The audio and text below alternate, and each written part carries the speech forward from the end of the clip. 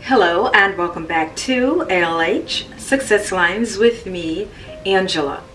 In this fashion edition, I am going to share with you the black dress. Now, the black dress can be worn in winter, spring, summer, and fall. It is also versatile. I'm going to share a little history about the black dress, as well as some selections for mature women and my own unique story about the black dress. So sit back, relax, and I hope you enjoy this video. If you're not subscribed to my channel, I do fashion and lifestyle over the age of 50, although I like to say all are welcome. And if you're not following me over on my socials and reading my blog, I'm going to have all of that information listed in the description below. So please check that out, as well as some dress selections. Now, let's get started. So today I am diving into the rich history and the fashion significance of the black dress.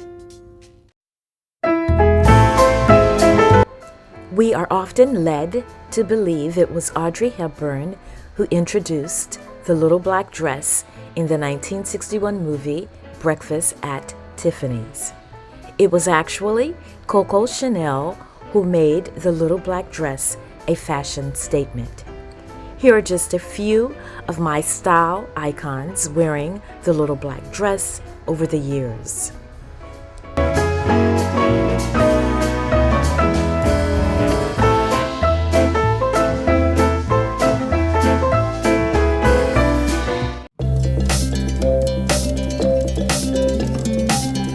And now the little black dress remains an important fashion staple. It is classy, timeless, and an essential item that you should have in your wardrobe.